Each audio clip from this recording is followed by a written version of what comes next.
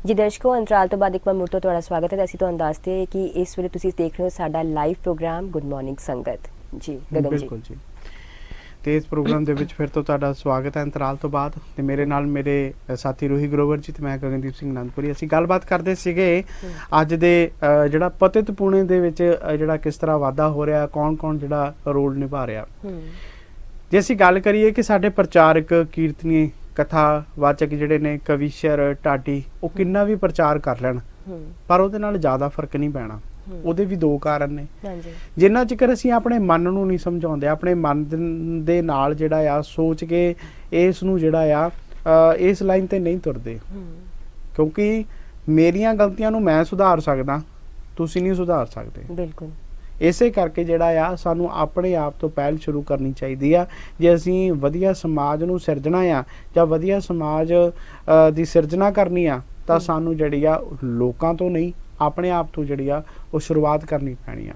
ਸੋ ਇਸ ਕਰਕੇ ਜਿਹੜਾ ਆ ਜਿੰਨੇ ਵੀ ਸਾਡੇ ਗੁਰੂ ਘਰ ਦੇ ਪ੍ਰਚਾਰਕ ਨੇ, ਗੁਰੂ ਘਰ ਦੇ ਗ੍ਰੰਥੀ ਨੇ, ਗੁਰੂ ਘਰ ਦੇ ਕਥਾਵਾਚਕ ਨੇ, ਢਾਡੀ ਵੀਰ ਨੇ, ਸਾਡੇ ਬਹੁਤ ਹੀ ਵਧੀਆ ਜਿਹੜੇ ਇਤਿਹਾਸ ਸੁਣਾਉਂਦੇ ਨੇ ਤੇ ਵਾਰਾਂ ਦੇ ਨਾਲ ਕਰਦੇ ਨੇ। ਤੇ ਕੁਝ ਕਵੀਸ਼ਰ ਲੋਕ ਵੀ ਜਿਹੜਾ ਆ ਪਤਿਤ ਪੁਣੇ ਦੀ ਗੱਲ ਕਰਦੇ ਨੇ। ਜਿਹੜੇ ਕਥਾਵਾਚਕ ਨੇ ਉਹ ਵੀ ਬਹੁਤ ਪੁਰਜੋਰ ਜਿਹੜਾ ਇਹਦਾ ਵਿਚਾਰਾਂ ਕਰਦੇ ਨੇ। ਪਰ ਸਾਡੇ ਜੀਵਨ ਦੇ ਉੱਤੇ ਅਸਰ ਕਿਉਂ ਨਹੀਂ ਹੋ ਰਿਹਾ? ਜਾਂ ਤਾਂ ਸਾਡੇ ਮਨ ਦੀ ਜਿਹੜੀ ਮੈਲ ਹੈ ਉਹ ਇੰਨੀ ਵੱਧ ਚੁੱਕੀ ਆ ਕਿ ਜਿਹੜਾ ਸਾਡੇ ਮਨ ਰੂਪੀ ਭਾਂਡੇ ਦੇ ਵਿੱਚ ਗੁਰੂ ਦੀ ਗੱਲ ਨਹੀਂ ਪੈਂਦੀ, ਜਾਂ ਫਿਰ ਸਾਡਾ ਮਨ ਰੂਪੀ ਭਾਂਡਾ ਹੀ ਜਿਹੜਾ ਆ ਉਹ ਪੁੱਠਾ ਆ। ਸੋ ਇਸ ਕਰਕੇ ਸਾਡੇ ਜੀਵਨ ਦੇ ਵਿੱਚ ਜਿਹੜੀ ਆ ਤਬਦੀਲੀ ਨਹੀਂ ਆਉਂਦੀ। ਅਸੀਂ ਇਹ ਕਹਿ ਸਕਦੇ ਹਾਂ ਰੂਹੀ ਜੀ ਕਿ ਅਸੀਂ ਸਮੁੰਦਰ ਦੇ ਵਿੱਚ ਖੜ ਕੇ ਵੀ ਜਿਹੜਾ ਆ ਅਸੀਂ ਫਿਰ ਸੁੱਕੇ ਦੇ ਸੁੱਕੇ ਆ। ਬਿਲਕੁਲ ਜੀ। ਤੇ ਅਸੀਂ ਜਿਹੜਾ ਆ ਗੁਰੂ ਦੀ ਗੱਲ ਵੀ ਸੁਣਦੇ ਆ ਤੇ ਉਸ ਦੇ ਉੱਤੇ ਜਿਹੜਾ ਆ ਅਮਲ ਵੀ ਨਹੀਂ ਕਰਦੇ। ਸੋ ਸਾਡੀ ਇਸ ਤਰ੍ਹਾਂ ਦੀ ਜਿਹੜੀ ਆ ਬਿਰਤੀ ਜਿਹੜੀ ਆ ਬਣੀ ਹੋਈ ਆ ਜੀ। ਤੇ ਉਹਦੇ ਨਾਲ ਜਿਹੜਾ ਆ ਪ੍ਰਚਾਰਕਾਂ ਦੇ ਜਿੰਨੇ ਵੀ ਸਾਡੇ ਵੀਰ ਜਿਹੜੇ ਆ ਗੁਰਮਤਿ ਦਾ ਪ੍ਰਚਾਰ ਕਰਦੇ ਨੇ, ਉਹਨਾਂ ਦੀ ਗੱਲਾਂ ਬਾਤਾਂ ਦੇ ਨਾਲ, ਉਹਨਾਂ ਦੀ ਕਥਾ ਵਿਚਾਰਾਂ ਦੇ ਨਾਲ, ਉਹਨਾਂ ਦੇ ਸਮਝਾਉਣ ਦੇ ਨਾਲ ਕੋਈ ਫਰਕ ਨਹੀਂ ਪੈਣਾ ਭੈਣੋ, ਜਿੰਨਾ ਚਿਰ ਤੁਹਾਡੀ ਸੋਚ ਜਿਹੜੀ ਆ ਉਹ ਨਹੀਂ ਬਦਲਦੀ ਜਾਂ ਬਦਲਣ ਦੀ ਜਿਹੜੀ ਆ ਉਹ ਲੋੜ ਹੈ। ਮੈਂ ਦਾਅਵੇ ਨਾਲ ਆਖਦਾ ਕਿ ਸਿਰਫ ਮੁੰਡੇ ਹੀ ਤੁਹਾਨੂੰ ਸੋਹਣੇ ਲੱਗਣ ਕਰਕੇ ਹੀ ਜਿਹੜਾ ਕੇਸ ਕਤਲ ਕਰਵਾ ਕੇ ਗੁਰੂ ਤੋਂ ਬੇਮੁਖ ਹੋ ਰਹੇ ਨੇ। ਇਹ ਸੋਚੋ, ਉਹਨਾਂ ਨੂੰ ਸਾਡੀ ਸੋਚ ਗੁਰੂ ਤੋਂ ਬੇਮੁਖ ਕਰ ਰਹੀ ਆ ਤਾਂ ਉਹ ਗੁਰੂ ਨੂੰ ਧੋਖਾ ਦੇ ਰਹੇ ਹਨ। ਤਾਂ ਇਹ ਵੀ ਸੋਚੋ ਕਿਸੇ ਰੋਜ਼ ਉਹ ਤੁਹਾਨੂੰ ਵੀ ਧੋਖਾ ਦੇਣ ਤੋਂ ਸੰਕੋਚ ਨਹੀਂ ਕਰਨਗੇ। ਤੇ ਸਾਡੇ ਪ੍ਰਚਾਰਕਾਂ ਨੇ ਬਹੁਤ ਜ਼ੋਰ ਲਾ ਕੇ ਵੇਖ ਲਿਆ ਕਿ ਮੁੰਡੇ ਸਿੱਖੀ ਵੱਲ ਨਹੀਂ ਆ ਰਹੇ, ਪਰ ਮੈਨੂੰ ਪੂਰਾ ਯਕੀਨ ਹੈ ਕਿ ਤੁਹਾਡੀ ਇੱਕ ਸੋਚ ਬਦਲਣ ਨਾਲ ਸਾਰੇ ਪਾਸੇ ਸਿੱਖਾਂ ਦੇ ਪੁੱਤ ਅੰਮ੍ਰਿਤ ਛਕਣਗੇ, ਗੁਰੂ ਵਾਲੇ ਬਣਨਗੇ। ਤੇ ਜੇ ਮੁੰਡੇ ਗੁਰੂ ਦੇ ਬਣ ਗਏ ਤੇ ਸਮਝੋ ਹਮੇਸ਼ਾ ਤੁਹਾਡੇ ਵੀ ਬਣ ਕੇ ਰਹਿਣਗੇ। ਤੇ ਸਾਰੇ ਪਾਸੇ ਵੱਖ-ਵੱਖ ਰੰਗਾਂ ਦੀਆਂ ਜੋ ਪੱਗਾਂ ਨੇ ਉਹਨਾਂ ਨਾਲ ਗੁਰੂ ਗੋਬਿੰਦ ਸਿੰਘ ਜੀ ਮਹਾਰਾਜ ਦਾ ਵਿਹੜਾ ਕਿੰਨਾ ਸੋਹਣਾ ਬਣ ਜਾਵੇਗਾ। ਬਿਲਕੁਲ ਜੀ। ਤੇ ਰੂਹੀ ਜੀ, ਅਸੀਂ ਜੇ ਇੱਕ ਹੋਰ ਗੱਲ ਕਰੀਏ ਨਾਲ ਇਹਦੇ ਕਿ ਸਿਰਫ ਅਸੀਂ ਜਿਹੜਾ ਆ ਕੁੜੀਆਂ ਨੂੰ ਹੀ ਦੋਸ਼ ਨਹੀਂ ਦੇ ਸਕਦੇ, ਸਾਡੇ ਆਪ ਦੀ ਸੋਚ ਵੀ ਜਿਹੜੀ ਆ ਉਹ ਹੋਣੀ ਚਾਹੀਦੀ ਆ ਕਿ ਅਸੀਂ ਜੇ ਗੁਰੂ ਘਰ ਜਾਂਦੇ ਆ, ਗੁਰੂ ਦੀ ਬਾਣੀ ਸਾਡੇ ਕੰਨਾਂ ਦੇ ਵਿੱਚ ਪੈਂਦੀ ਆ, ਜਾਂ ਗੁਰੂ ਦੇ ਅਸੀਂ ਅੱਖਾਂ ਦੇ ਨਾਲ ਦਰਸ਼ਨ ਕਰਦੇ ਆ, ਮੂੰਹ ਦੇ ਵਿੱਚੋਂ ਜਿਹੜੀ ਆ ਗੁਰਬਾਣੀ ਅਸੀਂ ਪੜ੍ਹਦੇ ਆ। ਅੱਜ ਗੁਰੂ ਘਰਾਂ ਦੇ ਵਿੱਚ ਜਾਈਏ, ਬਹੁਤ ਹੀ ਜਿਹੜੇ ਪਤਿਤ ਮੁੰਡੇ ਹੁੰਦੇ ਨੇ ਉਹ ਜਪਜੀ ਸਾਹਿਬ ਦਾ ਵੀ ਪਾਠ ਕਰਦੇ ਨੇ, ਸੁਖਮਨੀ ਸਾਹਿਬ ਦਾ ਵੀ ਕਰਦੇ ਨੇ ਤੇ ਚੌਪਈ ਸਾਹਿਬ ਦਾ ਵੀ ਪਾਠ ਕਰਦੇ ਨੇ। ਤੇ ਜਿਹੜੀਆਂ ਬੀਬੀਆਂ ਹੁੰਦੀਆਂ ਨੇ ਉਹ ਵੀ ਕਾਲਜ ਦੀਆਂ, ਉਹ ਵੀ ਜਿਹੜਾ ਗੁਰੂ ਘਰ ਜਾ ਕੇ ਸੁਖਮਨੀ ਸਾਹਿਬ ਦਾ ਪਾਠ ਕਰਦੇ ਨੇ ਤੇ ਇਸੇ ਤਰ੍ਹਾਂ ਜਪਜੀ ਸਾਹਿਬ ਦਾ, ਚੌਪਈ ਸਾਹਿਬ ਦਾ, ਤੇ ਗੁਰੂ ਘਰ ਦੇ ਦਰਸ਼ਨਾਂ ਲਈ ਵੀ ਆਉਂਦੇ ਨੇ। ਤੇ ਜਦੋਂ ਅਸੀਂ ਫਤਿਹਗੜ੍ਹ ਸਾਹਿਬ ਗੁਰੂ ਘਰ ਜਾਈਏ ਤਾਂ ਨਾਲ ਹੀ ਜਿਹੜਾ ਆ ਕਾਲਜ ਪੈਂਦਾ ਆ ਮਾਤਾ ਗੁਜਰੀ ਜੀ ਦਾ, ਤੇ ਨਾਲ ਹੀ ਜਿਹੜਾ ਬਾਬਾ ਬੰਦਾ ਸਿੰਘ ਬਹਾਦਰ ਪੋਲੀਟੈਕਨਿਕ ਕਾਲਜ ਜਿਹੜਾ ਆ ਉੱਥੇ ਬਿਲਕੁਲ ਅੱਧੇ ਕੁ ਕਿਲੋਮੀਟਰ ਤੇ ਆ, ਤੇ ਨਾਲ ਹੀ ਜਿਹੜਾ ਆ ਵਰਲਡ ਸ਼੍ਰੀ ਗੁਰੂ ਗ੍ਰੰਥ ਸਾਹਿਬ ਯੂਨੀਵਰਸਿਟੀ ਆ ਫਤਿਹਗੜ੍ਹ ਸਾਹਿਬ ਦੇ ਵਿੱਚ। ਉੱਥੇ ਦੇ ਜਿਹੜੇ ਸਟੂਡੈਂਟਸ, ਬੀਬੀਆਂ ਨੇ ਤੇ ਜਿਹੜੇ ਕਾਕੇ ਨੇ ਉਹ ਉੱਥੇ ਆਉਂਦੇ ਨੇ, ਆ ਕੇ ਜਿਹੜਾ ਆ ਨਤਮਸਤਕ ਹੁੰਦੇ ਨੇ, ਗੁਰੂ ਘਰ ਦਾ ਜਿਹੜਾ ਆ ਦਰਸ਼ਨ ਕਰਦੇ ਨੇ ਤੇ ਸ਼ੁਕਰਾਨਾ ਵੀ ਕਰਦੇ ਨੇ। ਕਿਤੇ ਨਾ ਕਿਤੇ ਉਹਨਾਂ ਦੇ ਅੰਦਰ ਜਿਹੜਾ ਆ ਬੀਜ ਉਹ ਗੁਰਸਿੱਖੀ ਦਾ ਹੈ ਤਾਂ ਹੈ, ਪਰ ਉਹ ਹਲੇ ਪੁੰਗਰਿਆ ਨਹੀਂ ਹੈ। ਕਿੱਦਾਂ ਪੁੰਗਰੇਗਾ? ਦੇਖੋ, ਤੁਸੀਂ ਘਰ ਦੇ ਵਿੱਚ ਕੋਈ ਵੀ ਛੋਟਾ ਪੌਦਾ ਲਗਾ ਲਓ, ਚਾਹੇ ਉਹ ਪਪੀਤੇ ਦਾ ਹੋਵੇ, ਚਾਹੇ ਉਹ ਕਿਸੇ ਵੀ ਫਲ ਦਾ ਹੋਵੇ, ਪਰ ਜੇ ਤੁਹਾਨੂੰ ਉਸ ਦੀ ਦੇਖ ਰੇਖ ਬਾਰੇ ਨਹੀਂ ਪਤਾ ਹੋਏਗਾ ਨਾ ਤਾਂ ਉਹ ਕਦੀ ਵੀ ਜਿਹੜਾ ਪੁੰਗਰੇਗਾ ਨਹੀਂ। ਜੇ ਪੁੰਗਰੇਗਾ ਤਾਂ ਉਹਦੇ ਵਿੱਚ ਜਿਹੜੀਆਂ ਨੇ 100 ਖਾਮੀਆਂ ਹੋਣਗੀਆਂ। ਇਸੇ ਲਈ ਜਿਸ ਤਰ੍ਹਾਂ ਇੱਕ ਪੌਦੇ ਨੂੰ ਪਾਣੀ ਦੀ ਲੋੜ ਹੁੰਦੀ ਆ, ਖਾਦ ਦੀ ਲੋੜ ਹੁੰਦੀ ਆ, ਗੋਡੀ ਦੀ ਲੋੜ ਹੁੰਦੀ ਆ। ਉਸੇ ਤਰ੍ਹਾਂ ਜੇ ਮਨ ਦੇ ਅੰਦਰ ਜੇ ਅਸੀਂ ਸਿੱਖੀ ਜਾਂ ਗੁਰੂ ਦੀ ਗੱਲ ਦਾ ਜਿਹੜਾ ਬੀਜ ਬੋਇਆ ਆ, ਉਹਦੇ ਵਾਸਤੇ ਸਾਨੂੰ ਨਾਮ ਸਿਮਰਨ ਵੀ ਜ਼ਰੂਰੀ ਆ, ਤੇ ਗੁਰੂ ਦੇ ਦਰਸ਼ਨ ਵੀ ਜ਼ਰੂਰੀ ਨੇ, ਗੁਰੂ ਦੀ ਤਾਂਘ ਵੀ ਜ਼ਰੂਰੀ ਆ, ਤੇ ਸੇਵਾ ਸਿਮਰਨ ਵੀ ਉਨਾ ਹੀ ਜ਼ਰੂਰੀ ਆ ਜਿੰਨਾ ਇੱਕ ਪੌਦੇ ਨੂੰ ਜਿਹੜੀਆਂ ਨੇ ਆਮ ਜ਼ਰੂਰਤਾਂ ਹੁੰਦੀਆਂ ਨੇ। ਉਸੇ ਤਰ੍ਹਾਂ ਜੇ ਸਾਡੇ ਮਨ ਦੇ ਵਿੱਚ ਇਹ ਚੀਜ਼ਾਂ ਦੀ ਜਿਹੜੀ ਆ ਇੱਕ ਖਾਦ ਰੂਪੀ ਜਿਹੜੀ ਇਹ ਪਾਈ ਜਾਵੇ, ਤਾਂ ਜਿਹੜਾ ਆ ਇੱਕ ਸਿੱਖੀ ਦਾ ਗੁਰੂ ਦੀ ਜਿਹੜਾ ਆ ਗੁਰੂ ਦਾ ਜਿਹੜਾ ਬੀਜ ਜਿਹੜਾ ਸਾਡੇ ਮਨ ਦੇ ਅੰਦਰ ਹੈਗਾ ਆ, ਬੋਇਆ ਹੋਇਆ ਆ, ਉਹ ਜ਼ਰੂਰ ਜਿਹੜਾ ਆ ਉਹ ਪੁੰਗਰੇਗਾ। ਹੋ ਸਕਦਾ ਇਹਦੇ ਨਾਲ ਕਿਤੇ ਨਾ ਕਿਤੇ ਜਿਹੜਾ ਆ ਸਾਡੇ ਜਿਹੜੇ ਆ ਪਤਿਤ ਪੁਣੇ ਦੀ ਜਿਹੜੀ ਆ ਇੱਕ ਲਹਿਰ ਚੱਲਦੀ ਪਈ ਆ ਸਾਡੇ ਵੀਰਾਂ ਦੇ ਵਿੱਚ, ਭੈਣਾਂ ਦੇ ਵਿੱਚ, ਬੱਚੀਆਂ ਦੇ ਵਿੱਚ, ਤੇ ਉਹ ਵੀ ਜਿਹੜੀ ਆ ਉਹ ਘਟਦੀ ਜਾਏਗੀ। ਤੇ ਦੂਸਰੀ ਗੱਲ ਹੈ, ਉਹਨਾਂ ਨੂੰ ਮਾਹੌਲ ਕਿਸ ਤਰ੍ਹਾਂ ਦਾ ਦਿੱਤਾ ਜਾਂਦਾ ਆ। ਇਹਦੇ ਵਿੱਚ ਜਿਹੜਾ ਅਹਿਮ ਰੋਲ ਹੈ ਜਿਹੜਾ ਸਾਡਾ, ਉਹ ਸਾਡੇ ਆਪਣੇ ਮਾਂ-ਪਿਓ ਦਾ ਵੀ ਆ, ਕਿਉਂਕਿ ਜੇ ਸਾਡੇ ਮਾਂ-ਪਿਓ ਹੀ ਜਿਹੜੇ ਆ ਪਤਿਤ ਪੁਣੇ ਨੂੰ ਪਹਿਲ ਦੇਣਗੇ, ਜੇ ਇੱਕ ਮਾਤਾ ਸਾਡੇ ਘਰ ਦੇ ਅੰਦਰ ਜਾਂ ਕਿਸੇ ਵੀ ਘਰ ਦੇ ਅੰਦਰ ਜੇ ਖੁਦ ਉਹ ਬਿਊਟੀ ਪਾਰਲਰ ਦੇ ਵਿੱਚ ਜਾਏਗੀ ਤਾਂ ਉਹ ਆਪਣੇ ਬੱਚਿਆਂ ਨੂੰ ਜਿਹੜੀ ਆ ਉਹ ਸਿੱਖਿਆ ਨਹੀਂ ਦੇ ਸਕਦੀ। ਜੇ ਉਹ ਆਪਣੇ ਜਿਹੜਾ ਆ ਰੋਮਾਂ ਦੀ ਬੇਅਦਬੀ ਕਰੇਗੀ, ਜਾਂ ਮਤਲਬ ਇਸੇ ਤਰ੍ਹਾਂ ਅਲੱਗ-ਅਲੱਗ ਫੈਸ਼ਨਾਂ ਦੇ ਚੱਕਰ ਦੇ ਵਿੱਚ ਜਿਹੜਾ ਪੈਸਾ ਬਰਬਾਦ ਕਰਨਗੇ, ਤਾਂ ਉਹ ਆਪਣੀ ਬੇਟੀ ਦਾ ਬੱਚਿਆਂ ਨੂੰ ਵੀ ਜਿਹੜਾ ਆ ਉਹ ਨਹੀਂ ਰੋਕਣਗੇ। ਤੇ ਕਈ ਮਾਵਾਂ ਦਾ ਇਦਾਂ ਦਾ ਵੀ ਜਿਹੜੀ ਆ ਸੋਚਣੀ ਹੁੰਦੀ ਆ ਕਿ ਜੇ ਤੇਰੇ ਕੇਸ ਭਾਰੀ ਨੇ, ਮੇਰੇ ਤੋਂ ਰੋਜ਼-ਰੋਜ਼ ਧੋਤੇ ਨਹੀਂ ਜਾਂਦੇ, ਮੇਰੇ ਤੋਂ ਜਿਹੜਾ ਇਹਦੀ ਸਾਂਭ ਸੰਭਾਲ ਨਹੀਂ ਕੀਤੀ ਜਾਂਦੀ, ਤੇ ਕਿਸੇ ਦਿਨ ਤੂੰ ਜਿਹੜਾ ਆ ਇਸ ਦੀ ਸਾਂਭ ਸੰਭਾਲ ਨਹੀਂ ਕਰਦਾ, ਤੇ ਮੈਂ ਤਾਂ ਕਿਸੇ ਦਿਨ ਜਾ ਕੇ ਇਹਨੂੰ ਕਟਵਾਈ ਆਉਣੇ ਨੇ। ਦੇਖੋ ਕਿੱਡੀ ਵੱਡੀ ਗੱਲ ਹੈ। ਤੇ ਇਹ ਜੇ ਗੁਰੂ ਦੀ ਮੋਹਰ ਜਿਹਦੇ ਕਰਕੇ ਜਿਹੜਾ ਆ ਐਡਾ ਜਿਹੜਾ ਆ ਅਸੀਂ ਸ਼ਹੀਦੀਆਂ ਦਿੱਤੀਆਂ ਨੇ, ਤੇ ਅਸੀਂ ਉਹਨਾਂ ਨੂੰ ਇਸੇ ਤਰ੍ਹਾਂ ਜਾ ਕੇ ਕਟਵਾਵਾਂਗੇ। ਤੇ ਕੁਝ ਵੀਰ ਜਿਹੜੇ ਨੇ ਉਹ ਗੁਰਸਿੱਖ ਹੁੰਦੇ ਨੇ, ਪਰ ਸਿਰਫ ਇੱਕ ਆਫਿਸ ਦੇ ਜਾਣ ਕਰਕੇ, ਜਾਂ ਇਹ ਕਹਿ ਸਕਦੇ ਹਾਂ ਕਿ ਸਮਾਂ ਘੱਟ ਲੱਗੇ ਤੇ ਮਾੜੀ ਜੀ ਕੰਘੀ ਲਗਾਈ ਤੇ ਸਿਰ ਦੇ ਉੱਤੇ ਦੀ ਹੱਥ ਫੇਰਿਆ ਤੇ ਮਤਲਬ ਹੋ ਗਏ ਵਿਹਲੇ। ਸੋ ਇਸ ਕਰਕੇ ਜਿਹੜੀ ਗੁਰੂ ਦੀ ਮੋਹਰ ਹੈ, ਗੁਰੂ ਦੀ ਇੱਕ ਦਾਤ ਹੈ, ਇਸ ਨੂੰ ਜਿਹੜਾ ਆ ਸਾਨੂੰ ਸਾਂਭ ਕੇ ਰੱਖਣਾ ਚਾਹੀਦਾ ਆ।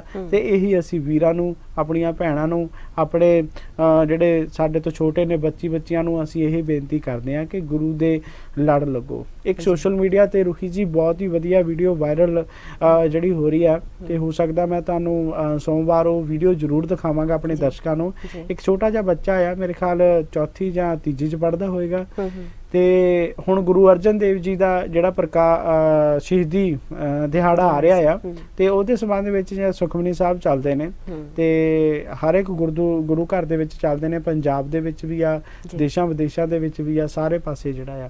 ਤੇ ਉਹ ਬੱਚਾ ਜਿਹੜਾ ਆ ਮੂੰਹ ਜ਼ਬਾਨੀ ਜਿਹੜਾ ਆ ਸੁਖਮਨੀ ਸਾਹਿਬ ਦਾ ਜਾਪ ਕਰਦਾ ਆ, ਤੇ ਮੈਨੂੰ ਦੇਖ ਕੇ ਬਹੁਤ ਹੀ ਖੁਸ਼ੀ ਹੋਈ ਆ। ਉਸਨੇ ਜਿਹੜੀ ਆ ਰੈਡ ਕਲਰ ਦੀ ਜਿਹੜੀ ਆ ਟੀ-ਸ਼ਰਟ ਪਹਿਨੀ ਹੋਈ ਆ, ਸਿੱਖ ਬੱਚਾ ਆ, ਸਿਰ ਤੇ ਪਟਕਾ ਬੰਨਿਆ ਹੋਇਆ। ਬੜੀ ਖੁਸ਼ੀ ਹੋਈ ਮਨ ਦੇ ਵਿੱਚ ਕਿ ਹਲੇ ਵੀ ਜਿਹੜੇ ਨੇ ਕੁਝ ਕੇ ਜਿਹੜੇ ਨੇ ਗੁਰੂ ਦੀ ਬਾਣੀ ਨਾਲ ਜਿਹੜੇ ਨੇ ਬੱਚੇ ਹੈਗੇ ਨੇ, ਜੁੜਦੇ ਨੇ, ਤੇ ਮਾਂ ਪਿਓ ਜਿਹੜੇ ਨੇ ਉਹ ਗੁਰੂ ਦੀ ਗੱਲ ਜਿਹੜੇ ਆਪਣੇ ਬੱਚਿਆਂ ਦੇ ਨਾਲ ਸਾਂਝੀ ਕਰਦੇ ਆ, ਤੇ ਉਹਨਾਂ ਦਾ ਹੀ ਜਿਹੜਾ ਆ ਇਦਾਂ ਦਾ ਪ੍ਰਭਾਵ ਜਿਹੜਾ ਆ ਉਹ ਦੇਖਣ ਨੂੰ ਮਿਲਦਾ ਆ। ਤੇ ਉਹ ਵੀਡੀਓ ਜਿਹੜੀ ਆ ਕਾਫੀ ਵਾਇਰਲ ਵੀ ਹੋ ਰਹੀ ਆ ਜੀ। ਤੇ ਗੱਲ ਅਸੀਂ ਕਰਦੇ ਸੀ ਕਿ ਇਸ ਦਾ ਇੱਕ ਵੱਡਾ ਹੋਰ ਵੀ ਕਾਰਨ ਹੈ ਜਿਹਨੂੰ ਅਸੀਂ ਸਕੂਲਾਂ ਦੇ ਵਿੱਚ ਵੀ ਜੋੜ ਕੇ ਦੇਖ ਸਕਦੇ ਹਾਂ। ਰੋਹੀ ਜੀ, ਜੇ ਇਸ ਸਕੂਲ ਦੇ ਵਿੱਚ ਕਾਇਦੇ ਕਾਨੂੰਨ ਨਾ ਹੋਣ, ਜੇ ਸਕੂਲ ਦੇ ਵਿੱਚ ਕੋਈ ਨਿਯਮ ਨਾ ਹੋਵੇ, ਉਹ ਸਕੂਲ ਚੱਲ ਸਕਦਾ ਹੈ? ਬਿਲਕੁਲ ਨਹੀਂ। ਹਰ ਇੱਕ ਸਕੂਲ ਦੇ ਵਿੱਚ ਕੋਈ ਨਾ ਕੋਈ ਕਾਇਦਾ ਕਾਨੂੰਨ ਹੋਣਾ ਚਾਹੀਦਾ, ਕੋਈ ਨਾ ਕੋਈ ਨਿਯਮ ਜ਼ਰੂਰ ਹੋਣਾ ਚਾਹੀਦਾ। ਜੇ ਬਿਨਾਂ ਨਿਯਮ ਤੋਂ ਕੋਈ ਸਕੂਲ ਚਲਾਇਆ ਜਾਵੇਗਾ, ਮੈਨੂੰ ਨਹੀਂ ਲੱਗਦਾ ਕਿ ਉੱਥੇ ਪੜ੍ਹਾਈ ਹੋਏਗੀ। ਅਸੀਂ ਪੁਰਾਣੇ ਸਮੇਂ ਦੇ ਵਿੱਚ ਜਾਈਏ ਕਿ ਜਿਹੜੇ ਬੱਚੇ ਨਲਾਇਕ ਹੁੰਦੇ ਸੀ ਨਾ, ਉਹਨਾਂ ਨੂੰ ਜਿਹੜਾ ਆ ਸਭ ਤੋਂ ਪਿੱਛੇ ਵੀ ਬਿਠਾਇਆ ਜਾਂਦਾ ਸੀ, ਉਹਨਾਂ ਨੂੰ ਕੋਈ ਨਾ ਕੋਈ ਕੰਮ ਲਾਇਆ ਜਾਂਦਾ ਸੀ, ਜਾਂ ਤਾਂ ਉਹ ਟੀਚਰਾਂ ਦੀ ਜਿਹੜੀ ਉਹ ਚਾਹ ਬਣਾ ਕੇ ਲਿਆਉਂਦੇ ਹੁੰਦੇ ਸੀਗੇ, ਹਨਾ, ਤੇ ਜਾਂ ਫਿਰ ਉਹ ਗਰਾਊਂਡ ਦੇ ਵਿੱਚ ਜਿਹੜਾ ਆ ਸਵੇਰੇ ਜਿਹੜਾ ਝਾੜੂ ਦੇ ਨਾਲ ਸਫਾਈ ਕਰਦੇ ਹੁੰਦੇ ਸੀ, ਪਾਣੀ ਛਿੜਕਦੇ ਹੁੰਦੇ ਸੀ, ਬੂਟਿਆਂ ਨੂੰ ਕਰਦੇ ਸੀਗੇ, ਤਾਂ ਕਿ ਜਿਹੜੇ ਆ ਉਹ ਆਪਣੇ ਕੰਮ ਲੱਗੇ ਰਹਿਣ, ਜਿਹੜੇ ਪੜ੍ਹਨ ਵਾਲੇ ਬੱਚੇ ਨੇ ਉਹ ਆਪਣੇ ਜਿਹੜੇ ਆ ਪੜ੍ਹਾਈ ਕਰਨ। ਇਸੇ ਤਰ੍ਹਾਂ ਦਾ ਜਿਹੜਾ ਮਾਹੌਲ ਸੀ, ਉਸੇ ਤਰ੍ਹਾਂ ਇੱਕ ਗੁਰੂ ਘਰ ਦਾ ਵੀ ਜਿਹੜਾ ਆ ਗੁਰੂ ਦੇ ਬਾਣੀ ਸਿੱਖਣ ਦਾ, ਜਾਂ ਗੁਰੂ ਦੇ ਬਾਣੀ ਦੇ ਜਾਪ ਕਰਨ ਦਾ, ਗੁਰੂ ਦੀ ਬਾਣੀ ਦੀ ਸੰਥਿਆ ਲੈਣ ਦਾ ਇੱਕ ਨਿਯਮ ਹੋਣਾ ਚਾਹੀਦਾ ਆ, ਇੱਕ ਸਿਧਾਂਤ ਹੋਣਾ ਚਾਹੀਦਾ ਆ। ਤੇ ਤਾਂ ਹੀ ਜਿਹੜਾ ਆ ਅਸੀਂ ਆਪਣੇ ਜਿਹੜਾ ਆ ਗੁਰੂਪਤੀ ਪ੍ਰਤੀ ਜਿਹੜਾ ਆ ਦ੍ਰਿੜਤਾ ਜਿਹੜੀ ਆ ਰੱਖਣ ਦੇ ਵਿੱਚ ਕਾਮਯਾਬ ਹੋਵਾਂਗੇ ਜੀ। ਜਿਵੇਂ ਇੱਕ ਫੈਕਟਰੀ ਦੇ ਵਿੱਚ ਕੋਈ ਕਾਰ ਤਿਆਰ ਹੁੰਦੀ ਆ, ਉਸ ਦੇ ਵੀ ਜਿਹੜੇ ਕੁਝ ਨਿਯਮ ਹੁੰਦੇ ਨੇ, ਉਸ ਨੂੰ ਜਿਹੜਾ ਕਲਰ ਕਿੰਨੇ % ਕਰਨਾ ਚਾਹੀਦਾ ਆ, ਜਾਂ ਉਸ ਨੂੰ ਜਿਹੜਾ ਉਹਦਾ ਸਾਈਜ਼ ਕਿੰਨਾ ਰੱਖਣਾ ਚਾਹੀਦਾ ਆ, ਕੋਈ ਵੱਧ ਘੱਟ ਨਾ ਹੋਵੇ, ਇੰਜਨ ਦੇ ਵਿੱਚ ਕਿੰਨੀ ਸਪੇਸ ਹੋਣੀ ਚਾਹੀਦੀ ਆ, ਕਿੰਨਾ ਸਾਰਾ ਮਤਲਬ ਜਿਹੜਾ ਆ ਇੱਕ ਸਿਧਾਂਤ ਦੇ ਮੁਤਾਬਿਕ, ਇੱਕ ਨਿਯਮ ਦੇ ਮੁਤਾਬਿਕ ਜਿਹੜਾ ਆ ਉੱਥੇ ਕੀਤਾ ਜਾਂਦਾ ਆ। ਕਿਉਂ ਸਾਡੇ ਮਨ ਨੂੰ ਜਿਹੜਾ ਆ ਇੱਕ ਇਸੇ ਤਰ੍ਹਾਂ ਦੀ ਜਿਹੜੀ ਆ ਟਕਸਾਲ ਦੀ ਲੋੜ ਨਹੀਂ ਹੈ, ਸਾਨੂੰ ਇਸੇ ਤਰ੍ਹਾਂ ਜਿਹੜਾ ਹੈ ਸਾਡੇ ਫੈਕਟਰੀ ਦੀ ਲੋੜ ਨਹੀਂ ਹੈ ਕਿ ਜਿੱਥੇ ਸਾਨੂੰ ਜਿਹੜਾ ਆ ਪੂਰੇ ਨਿਯਮ ਦੱਸੇ ਜਾਣ। ਅੱਜ ਅਸੀਂ ਥੋੜੀ ਜਿਹੀ ਸੰਥਿਆ ਕਰਕੇ ਜਿਹੜਾ ਆ ਦੂਸਰਿਆਂ ਨੂੰ ਸੰਥਿਆ ਜ਼ਰੂਰ ਦਿੰਦੇ ਆ, ਇਸ ਲਈ ਤੁਹਾਡਾ ਸ਼ਾਬਾਸ਼ ਜ਼ਰੂਰ ਹੈ, ਪਰ ਜਿਹੜਾ ਆ ਕੱਚੀ ਪੀਲੀ ਬਾਣੀ ਪੜਨ ਦਾ ਜਿਹੜਾ ਆ ਸਾਨੂੰ ਨੁਕਸਾਨ ਹੋ ਸਕਦਾ ਆ। ਸੋ ਇਸ ਕਰਕੇ ਜਿਹੜਾ ਸਾਨੂੰ ਜਿਹੜੀ ਆ ਸੰਥਿਆ ਜਿਹੜੀ ਆ ਉਹ ਲੈਣੀ ਚਾਹੀਦੀ ਆ ਉਹਨਾਂ ਤੋਂ ਜਿਨ੍ਹਾਂ ਨੇ ਜਿਹੜੀ ਆ ਸੰਥਿਆ ਲਈ ਮਹਾਰਤ ਜਿਹੜੀ ਆ ਹਾਸਲ ਕੀਤੀ ਗਈ ਆ, ਜਾਂ ਇਸ ਤਰ੍ਹਾਂ ਦੇ ਪੁਰਾਣੇ ਜਿਹੜੇ ਸਿੰਘ ਹੋਣ, ਜਾਂ ਇਹ ਕਹਿ ਸਕਦੇ ਆ ਕਿ ਜਿਨ੍ਹਾਂ ਨੂੰ ਲਗਾ ਮਾਤਰਾ ਦਾ ਸਹੀ ਗਿਆਨ ਹੋਵੇ। ਅੱਜ ਅਸੀਂ ਗੁਰੂ ਗ੍ਰੰਥ ਸਾਹਿਬ ਜੀ ਨੂੰ ਜਿਹੜਾ ਆ ਅੱਧਕ ਤੇ ਬਿੰਦੀਆਂ ਦੇ ਉਚਾਰਨ ਦੇ ਨਾਲ ਜਿਹੜਾ ਆ ਉਹ ਅਸੀਂ ਭਰ ਦਿੱਤਾ ਆ। ਜਿੱਥੇ ਨਹੀਂ ਵੀ ਬਿੰਦੀ ਲੱਗਦੀ ਅਸੀਂ ਉੱਥੇ ਵੀ ਜਿਹੜੀ ਆ ਬਿੰਦੀ ਲਗਾ ਦਿੰਦੇ ਆ, ਤੇ ਉਹਦੇ ਜਿਹੜੇ ਆ ਨਾਸਕੀ ਉਚਾਰਨ ਜਿਹੜੇ ਆ, ਜਾਂ ਉਹਦੀ ਵਿਆਕਰਣ, ਜਾਂ ਉਹਦੀ ਜਦੋਂ ਉਹਦੇ ਅਸੀਂ ਅਰਥ ਕਰਦੇ ਆ ਤਾਂ ਉਹਦਾ ਅਰਥ ਤਾਂ ਸਪਸ਼ਟ ਹੋ ਜਾਂਦਾ ਹੈ, ਤੇ ਜਦੋਂ ਅਸੀਂ ਉਹਦਾ ਅੱਖਰੀ ਅਰਥ ਕਰਦੇ ਆ ਤਾਂ ਉਹਦਾ ਅਰਥ ਜਿਹੜਾ ਸਪਸ਼ਟ ਕਰਨਾ ਜਿਹੜਾ ਆ ਉਹ ਸਾਡੇ ਲਈ ਹਾਂਜੀ ਜਿਹੜਾ ਆ ਉਹ ਔਖਾ ਹੋ ਜਾਂਦਾ ਆ। ਸੋ ਇਸੇ ਕਰਕੇ ਜਿਹੜਾ ਆ ਦਮਦਮੀ ਟਕਸਾਲ ਦੇ ਵੀ ਕੁਝ ਜਿਹੜੇ ਨਿਯਮ ਨੇ ਉਹ ਅਸੀਂ ਇਸ ਪ੍ਰੋਗਰਾਮ ਦੇ ਵਿੱਚ ਜਿਹੜਾ ਤੁਹਾਡੇ ਨਾਲ ਜਿਹੜੇ ਆ ਸਾਂਝੇ ਕਰਾਂਗੇ। ਤੇ ਇੱਕ ਜਿਹੜਾ ਸਿਧਾਂਤ ਹੈ ਜਿਹੜਾ ਆ ਦਮਦਮੀ ਟਕਸਾਲ ਦਾ, ਤੇ ਉਸ ਦੇ ਵਿੱਚ ਜਿਹੜਾ ਆ ਕਿਸ ਤਰ੍ਹਾਂ ਜਿਹੜਾ ਆ ਇੱਕ ਸਟੂਡੈਂਟ ਨੂੰ ਜਿਹੜਾ ਆ ਪੜ੍ਹਾਇਆ ਜਾਂਦਾ ਆ, ਉਸ ਦੇ ਲਈ ਜਿਹੜੀਆਂ ਕੀ ਹਦਾਇਤਾਂ ਹੁੰਦੀਆਂ ਨੇ, ਤੇ ਉਹੀ ਜਿਹੜੀਆਂ ਇਸ ਪ੍ਰੋਗਰਾਮ ਦੇ ਵਿੱਚ ਤੁਹਾਡੇ ਨਾਲ ਜਿਹੜੀਆਂ ਸਾਂਝੀਆਂ ਕਰਾਂਗੇ ਜੀ। श्री गुरु गोबिंद सिंह जी महाराज ने तख्त श्री दमदमा साहब गुरु की काशी विखे श्री गुरु ग्रंथ साहब जी की कथा पढ़न समय दमदमी टकसाल दे ਇਹ नियम कायम ਕੀਤੇ ਸਨ। ਇਹਨਾਂ ਨਿਯਮਾਂ ਉੱਪਰ ਟਕਸਾਲ ਵਿੱਚ ਵਿਦਿਆ ਪੜਨ ਵਾਲੇ ਵਿਦਿਆਰਥੀ ਅੱਜ ਵੀ ਅਮਲ ਕਰਦੇ ਹਨ। ਬਿਲਕੁਲ ਜੀ। ਤੇ ਇਹ ਨਿਯਮ ਇਦਾਂ ਨੇ, ਅੰਮ੍ਰਿਤਧਾਰੀ ਸਿੰਘ ਹੋਵੇ, ਦਸਾਂ ਗੁਰੂ ਸਾਹਿਬਾਨ ਦੀ ਜੋਤ श्री गुरु ग्रंथ साहब जी ਤੋਂ ਬਿਨਾਂ ਹੋਰ ਕਿਸੇ ਦੇਹ ਨੂੰ ਗੁਰੂ ਨਾ ਮੰਨੇ, ਗਾਤਰੇ ਕਿਰਪਾਨ ਧਾਰੀ, 5 ਕਕਾਰਾਂ ਦੀ ਰਹਿਤ ਰੱਖਦਾ ਹੋਵੇ, 5 ਕੁਰਹਿਤਾਂ ਤੋਂ ਬਚਿਆ ਹੋਵੇ, ਕੁਰਹਿਤਾਂ ਤੋਂ ਬਚਿਆ ਹੋਵੇ, 5 ਗ੍ਰੰਥੀ ਆਦ ਬਾਣੀ ਦਾ ਪਾਠ ਕਰਦਾ ਹੋਵੇ। ਬਿਲਕੁਲ ਜੀ। ਤੇ ਅੱਜ ਦਾ ਜਿਹੜਾ ਦੁਖਾਂਤ ਹੈ, ਜਿਹੜਾ ਗੁਰੂ ਦਾ ਸਿੱਖ ਹੈ ਉਹ ਬੜੀਆਂ ਮਸਾਣਾਂ ਤੇ ਵੀ ਜਾਂਦਾ ਆ, ਉਹ 5 ਮਿੰਟ ਵਾਲਾ ਹੱਲ ਵੀ ਲੱਭਦਾ ਫਿਰਦਾ ਆ, ਉਹ ਜਿਹੜਾ ਇੱਕ ਫੋਨ ਤੇ ਜਿਹੜਾ ਆ ਹੱਲ ਹੋਣ ਵਾਲਾ ਉਹਨੂੰ ਵੀ ਜਿਹੜਾ ਸੰਪਰਕ ਵਿੱਚ ਰੱਖਦਾ ਆ, ਪਰ ਨਿਸ਼ਚਾ ਜਿਹੜਾ ਆ ਉਹਦਾ ਗੁਰੂ ਗ੍ਰੰਥ ਸਾਹਿਬ ਦੇ ਉੱਤੇ ਜਿਹੜਾ ਬਿਲਕੁਲ ਵੀ ਨਹੀਂ ਹੁੰਦਾ। ਤੇ ਜਿਹੜਾ ਆ ਇਹ ਸਾਨੂੰ ਜਿਹੜਾ ਆ ਇਹ ਨਿਸ਼ਚਾ ਗੁਰੂ ਗ੍ਰੰਥ ਸਾਹਿਬ ਦੇ ਉੱਤੇ ਰੱਖਣਾ ਚਾਹੀਦਾ, ਧਿਆਨ ਸਾਨੂੰ ਹਰ ਇੱਕ ਧਰਮ ਦਾ ਜਿਹੜਾ ਕਰਨਾ ਚਾਹੀਦਾ ਆ, ਤੇ ਦੇਖਣਾ ਚਾਹੀਦਾ ਆ ਕਿ ਦੂਸਰੇ ਦੇ ਧਰਮ ਦੇ ਵਿੱਚ ਕੀ ਆ, ਪਰ ਦੂਸਰੇ ਦੇ ਧਰਮ ਦੇ ਵਿੱਚ ਵੀ ਕਿੰਤੂ ਪਰੰਤੂ ਜਿਹੜਾ ਆ ਸਾਨੂੰ ਨਹੀਂ ਕਰਨਾ ਚਾਹੀਦਾ। ਜੇ ਉਹਨਾਂ ਦਾ ਧਰਮ ਉਹਨਾਂ ਨੂੰ ਉਸ ਤਰੀਕੇ ਨਾਲ ਜਿਹੜਾ ਆ ਨਿਵਾਜਦਾ ਆ, ਜਾਂ ਕਹਿੰਦਾ ਆ ਕਿ ਤੁਸੀਂ ਇਸ ਤਰ੍ਹਾਂ ਕਰ ਸਕਦੇ ਹੋ, ਪਰ ਗੁਰੂ ਗ੍ਰੰਥ ਸਾਹਿਬ ਜੀ ਦੇ ਮੁਤਾਬਿਕ ਜੋ ਸਾਨੂੰ ਦੱਸਿਆ ਹੈ ਸਾਨੂੰ ਉਹੀ ਕਰਨਾ ਚਾਹੀਦਾ ਆ, ਨਾ ਕਿ ਕਿਸੇ ਹੋਰ ਦੇ ਧਰਮ ਨੂੰ ਦੀਆਂ ਜਿਹੜੀਆਂ ਨੇ ਰਹਿਤ ਮਰਿਆਦਾਵਾਂ ਜਾਂ ਉਹਨਾਂ ਦੇ ਜਿਹੜੇ ਨੇ ਕੁਝ ਗੱਲਾਂ ਅਸੀਂ ਅਡਾਪਟ ਕਰਕੇ ਜਿਹੜਾ ਆ ਆਪਣੇ ਆਪ ਨੂੰ ਜਿਹੜਾ ਆ ਗੁਰੂ ਤੋਂ ਜਿਹੜਾ ਆ ਬੇਮੁਖ ਹੋਣ ਲਈ ਜਿਹੜਾ ਆ ਅਸੀਂ ਮਜਬੂਰ ਹੋ ਜਾਈਏ। ਗੁਰੂ ਗ੍ਰੰਥ ਸਾਹਿਬ ਜੀ ਨੇ ਦਾ ਸਿਧਾਂਤ, ਗੁਰੂ ਨਾਨਕ ਦਾ ਸਿਧਾਂਤ ਜਿਹੜਾ ਆ ਉਹ ਸਾਨੂੰ ਸਾਡੇ ਨਿੱਜੀ ਜੀਵਨ ਦੇ ਵਿੱਚ ਜਿਹੜਾ ਆ ਅਪਣਾ ਕੇ ਜਿਹੜਾ ਆ ਜੋ ਸਾਨੂੰ ਮਾਰਗ ਦੱਸਿਆ ਹੋਇਆ ਉਹਦੇ ਤੇ ਜਿਹੜਾ ਚੱਲਣ ਦੀ ਸਾਨੂੰ ਅੱਜ ਜਿਹੜੀ ਆ ਲੋੜ ਵੀ ਆ ਜੀ। ਤੇ ਉਸ ਤੋਂ ਬਾਅਦ ਮੂਲ ਮੰਤਰ, ਗੁਰੂ ਮੰਤਰ, ਅੰਮ੍ਰਿਤ ਨਾਮ ਦਾ ਅਭਿਆਸੀ ਹੋਵੇ, ਮਨ ਬਾਣੀ ਸਰੀਰ ਕਰਕੇ ਨਿਮਰਤਾ ਵਾਲਾ ਹੋਵੇ, ਲੜਾਕਾ ਨਾ ਹੋਵੇ। ਬਿਲਕੁਲ ਜੀ। ਅੱਜ ਕੱਲ ਰੂਹੀ ਜੀ ਇੱਕ ਗੱਲ ਹੋਰ ਹੈ, ਨਿਤਨੇਮ ਦਾ ਵੀ ਜਿਹੜਾ ਆ ਵਖਰੇਵਾਂ ਕਾਫੀ ਪੈ ਗਿਆ ਕਿ ਸਾਨੂੰ 3 ਬਾਣੀਆਂ ਪੜ੍ਹਨੀਆਂ ਚਾਹੀਦੀਆਂ ਨੇ, ਸਾਨੂੰ 4 ਪੜ੍ਹਨੀਆਂ ਚਾਹੀਦੀਆਂ ਨੇ। ਉਹ ਭਲੇ ਉਹ ਲੋਕੋ ਗੁਰਬਾਣੀ ਪੜ੍ਹਨ ਦਾ ਕਿਸੇ ਨੂੰ ਨੁਕਸਾਨ ਵੀ ਹੋਇਆ, ਤੁਸੀਂ ਇਹ ਦੱਸੋ ਪਹਿਲਾਂ, ਜੇ ਗੁਰਬਾਣੀ ਪੜ੍ਹਨ ਦਾ ਕਿਸੇ ਨੂੰ ਨੁਕਸਾਨ ਹੁੰਦਾ ਆ ਤਾਂ ਫਿਰ 1430 ਅੰਗ ਕਿਉਂ ਉਚਾਰੇ ਗਏ ਸੀਗੇ? ਫਿਰ ਤੁਸੀਂ 48 ਘੰਟੇ ਦਾ ਜਿਹੜਾ ਆ ਅਖੰਡ ਪਾਠ ਸਾਹਿਬ ਪ੍ਰਾਰੰਭ ਕਰਾਉਨੇ ਹੋ ਤੇ 48 ਘੰਟਿਆਂ ਬਾਅਦ ਉਹਦਾ ਭੋਗ ਪਾਉਨੇ ਹੋ, ਤੇ ਮਤਲਬ ਉਹਦੀ ਸਮਾਪਤੀ ਹੁੰਦੀ ਆ, ਤੇ ਕਹਿਣ ਤੋਂ ਭਾਵ ਇਹ ਆ ਵੀ ਫਿਰ ਤਾਂ ਇਹ ਤਾਂ ਬਾਣੀ ਬਹੁਤ ਜ਼ਿਆਦਾ ਹੋ ਜੂਗੀ। ਜਿੱਥੇ ਤੁਸੀਂ 3 ਬਾਣੀਆਂ ਸਵੇਰੇ, 2 ਬਾਣੀਆਂ ਸ਼ਾਮ ਦੀਆਂ, ਰਹਿਰਾ ਸਾਹਿਬ ਤੇ ਕੀਰਤਨ ਸੋਹਲਾ ਸਾਹਿਬ, ਹਨਾ, ਤੇ ਤੁਸੀਂ ਕਹਿੰਦੇ ਹੋ ਕਿ ਜਿਹੜੀ ਆ ਬਾਣੀ ਇਹ ਨਹੀਂ ਪੜ੍ਹਨੀ ਚਾਹੀਦੀ, ਬਾਣੀ ਉਹ ਨਹੀਂ ਪੜ੍ਹਨੀ ਚਾਹੀਦੀ, ਉਹ ਫਲਾਣੇ ਗ੍ਰੰਥ ਦੀ ਆ, ਉਹ ਉਸ ਗ੍ਰੰਥ ਦੀ ਆ। ਗੁਰੂ ਸਾਹਿਬਾਂ ਦਾ ਹੁਕਮ ਹੈ ਕਿ 5 ਜਿਹੜੀਆਂ ਬਾਣੀਆਂ ਸਾਨੂੰ ਜਿਹੜੀਆਂ ਉਹ ਪੜ੍ਹਨੀਆਂ ਚਾਹੀਦੀਆਂ ਨੇ। ਉਹਦੇ ਵਿੱਚ ਜਿਹੜਾ ਆ ਜਪਜੀ ਸਾਹਿਬ, ਜਾਪ ਸਾਹਿਬ, ਸਵਈਏ, ਚੌਪਈ ਸਾਹਿਬ ਤੇ ਆਨੰਦ ਸਾਹਿਬ ਜਿਹੜੀ ਸਵੇਰ ਦੀ ਬਾਣੀ ਹੈ ਨਿਤਨੇਮ ਦੀ ਆ। ਤੇ ਜੇ ਅਸੀਂ ਗੱਲ ਕਰੀਏ ਸ਼ਾਮ ਨੂੰ ਰਹਿਰਾਸ ਸਾਹਿਬ ਤੇ ਨਾਲ ਜਿਹੜੀ ਚੌਪਈ ਸਾਹਿਬ ਪੜ੍ਹੀ ਜਾਂਦੀ ਹੈ, ਆਨੰਦ ਸਾਹਿਬ ਦਾ ਪਾਠ ਕੀਤਾ ਜਾਂਦਾ ਤੇ ਰਾਤ ਨੂੰ ਸੌਣ ਵੇਲੇ ਜਿਹੜਾ ਕੀਰਤਨ ਸੋਹਲਾ ਸਾਹਿਬ ਪੜ੍ਹਿਆ ਜਾਂਦਾ। ਇਸ ਤੋਂ ਇਲਾਵਾ ਤੁਸੀਂ ਦਿਨ ਦੇ ਵਿੱਚ ਜਿਹੜਾ ਆ ਤੁਸੀਂ ਸੁਖਮਨੀ ਸਾਹਿਬ ਦੇ ਵੀ ਜਾਪ ਕਰ ਸਕਦੇ ਹੋ। ਜੇ ਤੁਸੀਂ ਬਾਣੀ ਵੱਧ ਪੜ੍ਹਦੇ ਹੋ ਉਹਦਾ ਕੋਈ ਨੁਕਸਾਨ ਨਹੀਂ ਹੈ, ਪਰ ਹਾਂ ਜੇ ਤੁਸੀਂ ਜਿਹੜਾ ਤੁਹਾਨੂੰ ਨਿਤਨੇਮ ਬਖਸ਼ਿਆ ਹੋਇਆ ਉਹਦੇ ਵਿੱਚੋਂ ਜਿਹੜਾ ਆ ਤੁਸੀਂ ਬਾਣੀ ਜਿਹੜੀ ਉਹ ਕੱਟ ਕਰਦੇ ਹੋ, ਉਹਦਾ ਨੁਕਸਾਨ ਤੁਹਾਨੂੰ ਜ਼ਰੂਰ ਹੋ ਸਕਦਾ ਆ। ਤੁਹਾਡੇ ਨਿਤਨ ਦੇ ਨੇਮ ਦਾ ਜਿਹੜਾ ਆ ਇੱਕ ਹਾਜ਼ਰੀ ਜਿਹੜੀ ਆ ਉਹ ਕੱਟੀ ਜਾਏਗੀ। ਸੋ ਇਸ ਕਰਕੇ ਜਿਹੜਾ ਆ ਸਾਨੂੰ ਬਾਣੀ ਵੱਧ ਤੋਂ ਵੱਧ ਪੜ੍ਹਨੀ ਚਾਹੀਦੀ ਆ। ਜਿੱਥੇ ਸਾਨੂੰ ਸਵਾਸ ਵਾਹਿਗੁਰੂ ਦਾ ਸਿਮਰਨ ਕਰਨ ਵਾਸਤੇ ਕਿਹਾ ਗਿਆ ਆ, ਤੇ ਉੱਥੇ ਜੇ ਅਸੀਂ ਇੱਕ ਬਾਣੀ ਕੱਟ ਦੇਵਾਂਗੇ ਤੇ ਰੱਬ ਸਾਡੇ ਤੋਂ ਕਿਹੜਾ ਖੁਸ਼ ਹੋ ਜਾਵੇਗਾ। ਸੋ ਇਸ ਕਰਕੇ ਜਿਹੜਾ ਸਾਨੂੰ ਕਦੀ ਵੀ ਇਹ ਨਹੀਂ ਸੋਚਣਾ ਚਾਹੀਦਾ ਕਿ ਜਿਹੜਾ ਆ ਅਸੀਂ ਬਾਣੀ ਜਿਹੜੀ ਆ 5 ਬਾਣੀਆਂ ਦਾ ਜਾਪ ਕਰਨਾ ਆ, ਕਿ ਅਸੀਂ 3 ਦਾ ਕਰਨਾ, ਕਿ 2 ਦਾ ਕਰਨਾ ਆ। ਤੇ ਕਈ ਤਾਂ ਜਿਹੜੇ ਹੁੰਦੇ ਨੇ ਉਹ ਜਪਜੀ ਸਾਹਿਬ ਦੀਆਂ 5 ਪੌੜੀਆਂ ਕਰਕੇ ਹੀ ਜਿਹੜਾ ਆ ਸ਼ਲੋਕ ਪਵਨ ਗੁਰੂ ਪਾਣੀ ਪਿਤਾ ਮਾਤਾ ਧਰਤ ਮਹੱਤ ਦਿਵਸ ਰਾਤ ਦੁੱਧ ਆਈ ਦਾਇਆ ਖੇਲੇ ਸਗਲ ਜਗ ਚੰਗਿਆਈਆਂ ਬੁਰਾਈਆਂ ਵਾਚੇ ਧਰਮ ਹਦੂਰ ਕਰਮੀ ਆਪੋ ਆਪਣੀ ਕੇ ਨੇੜੇ ਕੇ ਦੂਰ ਜਿਨੀ ਨਾਮ ਤੇ ਆਇਆ ਗੇ ਮਸਕਤ ਕਾਲ ਨਾਨਕ ਤੇ ਮੁਖ ਉਜਲੇ ਕੀਤੀ ਛੁੱਟੀ ਨਾਲ ਤੇ ਫਤਿਹ ਬੁਲਾ ਦਿੰਦੇ ਨੇ।